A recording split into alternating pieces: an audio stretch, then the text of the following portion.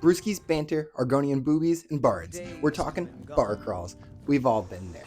Our buddy gets an amulet of Mara, and now we are in charge of planning the bachelor party, and there's no recreational activities in Skyrim apart from murder, and so, bar crawl it is. So, we pull up the map of all the taverns in Skyrim, and we see any viable options. We are going to be traveling by foot since we're responsible civilians, and we don't drink and drive. Drink and ride. We ride them. You don't face your fears, you ride them. So we need there to be enough stops in a small enough area that we can walk it. That really only leaves us two options, here and here. Starting with our first option, we're at Braidwood Inn, and we're going to be doing the bulk of our walking between the first and second stop. From there, we're in Windhelm, and we're just going to go to one more stop and then head home. The second option, we're starting down in Riverwood, and we're going north to Honningbrew Meadery. From there, we go north even more into Whiterun, where we hit our next two stops and then head home within Whiterun. To determine which route is the better option, we have a scoring criteria. We're going to be judging it on vibe. How does it feel? Do I want to drink here with my buddies? Feasibility. Is it a dangerous area? Is it freezing cold? And time. Are we walking for 10 minutes in between stops? So let's jump into the first route and see what we've got. Starting at Braidwood Inn, it doesn't seem too cold. There's no snow on the ground, and wow, look at that view. It's amazing. And going inside, they know what they've got. Well, this is really quite a nice town when you get down to it. Just look at the view. There's a cozy fire and a simple layout. They sell ale, Alto wine, Blackbriar mead, Honningbrew mead, and Nord mead. All the other rooms are just kind of bedrooms for rent, and there's literally no one else here. Private event?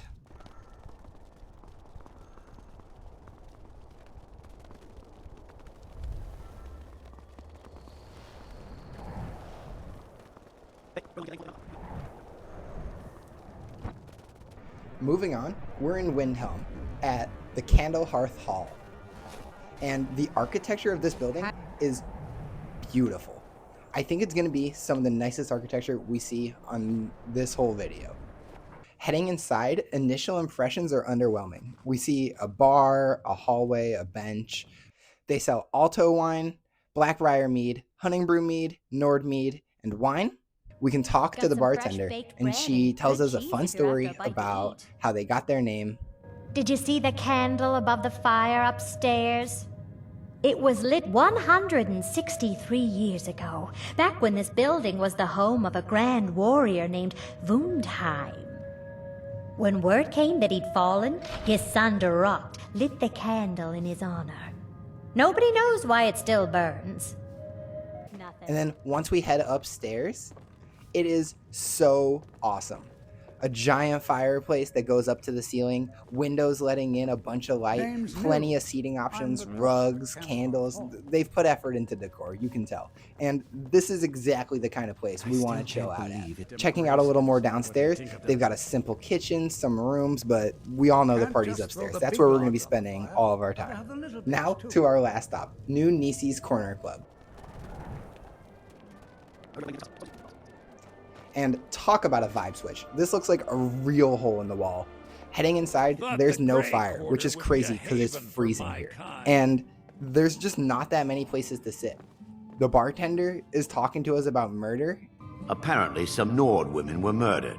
Not sure why I should care. Not very inviting. We go upstairs, and there's a room completely disconnected to the rest of the bar. Feels like maybe some shady business goes on here. And heading up to the top floor, it's the most open concept bedroom I've ever seen. Overall, this bar is weird. Wouldn't want to stay long here. We all know we're staying at the second stop the longest. We're gonna head home now.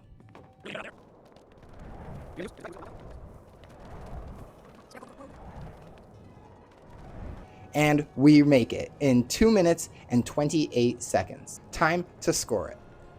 Vibe is tough because the first place is relatively inoffensive other than it being kind of dead, but I think we can get over that and make our own fun.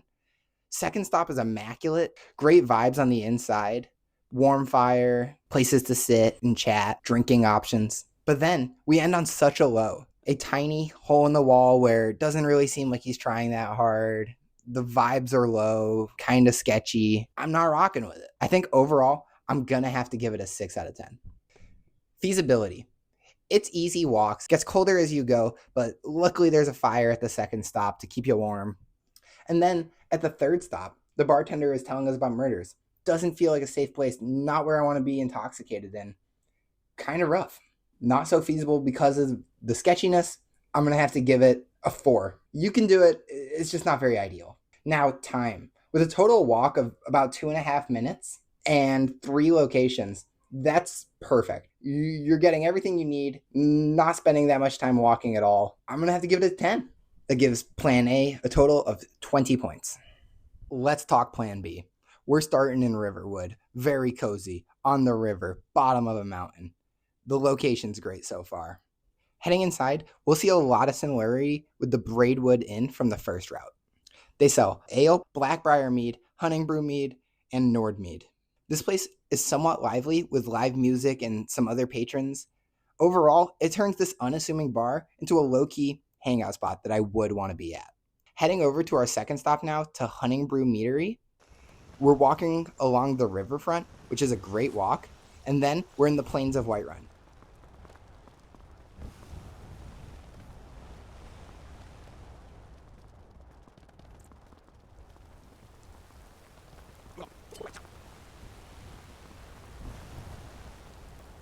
Every direction you look is so beautiful. Riverbank, plains with windmills in it, mountain base. Heading inside though, very underwhelmed. We've got 3 workers, one of them doesn't even seem to be doing much. And overall, I'm just not getting the impression that they tried hard at making the inside somewhere to hang out. It seems kind of like the place where you go and you get a tour, see how the mead is made, get one drink, and then head out. And that's okay, because this is kind of like a bonus stop, really. It's not even an inn.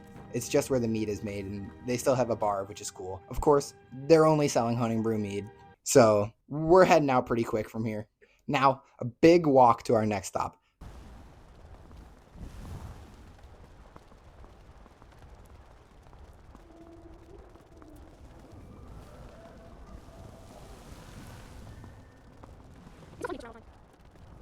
The Drunken Huntsman. On a cute little spot up on a hill as soon as you enter the city. Heading inside though, it's okay.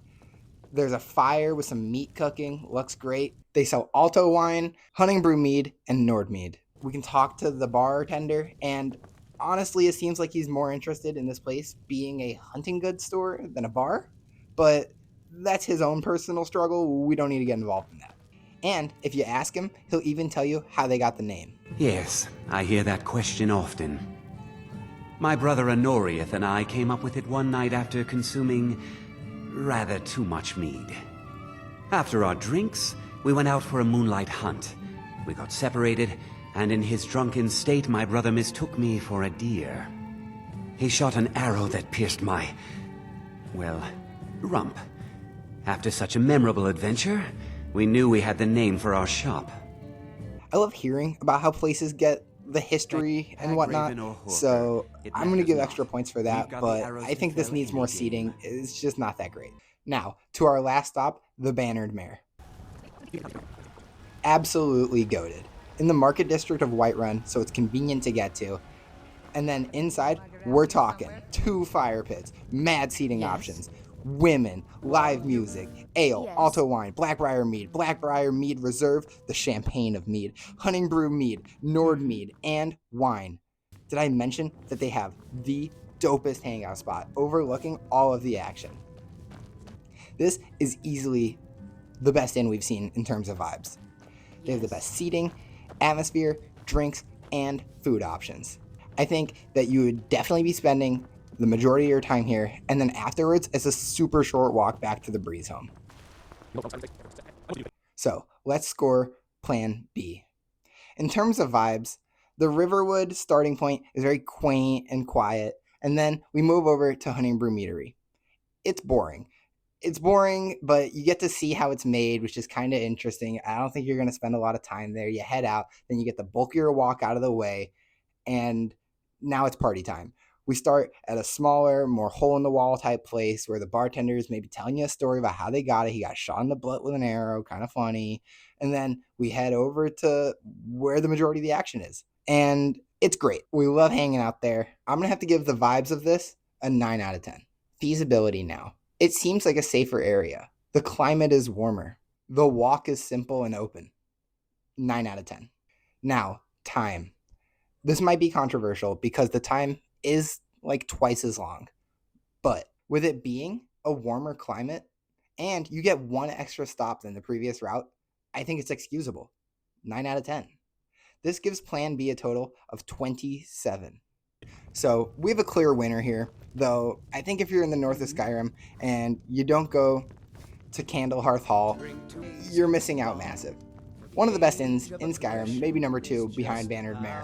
It's just a shame that it's next to the worst inn that we saw in this whole video. That's all I've got for you today.